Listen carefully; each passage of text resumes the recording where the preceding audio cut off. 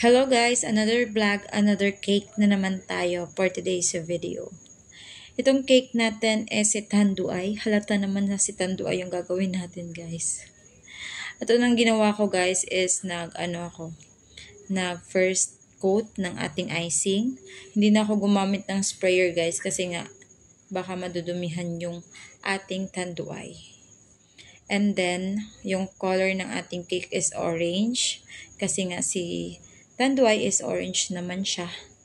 At saka yung client natin is taga-Deca Homes, kapitbahay ko siya noon guys. So always nag-order si client ng ating cake guys. Ko siya, regular customer ko siya. And then pagkatapos kong magpakinis guys, medyo nahirapan ako sa part na yan kasi nga may topper na, may kasi siya, may edible topper na kasi siya sa taas. Mahirap mag-frosting na may bote na sa taas. Pero ganun pa man is na-achieve pa rin natin yung gusto ng ating client.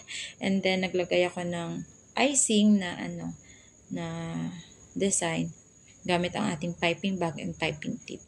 At saka pagkatapos dyan guys is gumawa ako ng topper niya kasi para mag naman yung ng ating cake. Gumanda naman yung cake natin. Yung dedication greetings at saka yung logo ng tanduay. Ito na yung finished product ng ating cake guys. Sana nagustuhan nyo.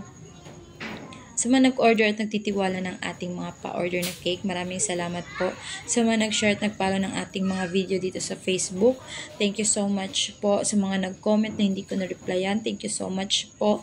And then, huwag nyo akong kalimutan na i-share at i-follow ha. At saka i-subscribe ako sa aking YouTube channel. Yun lang, salamat!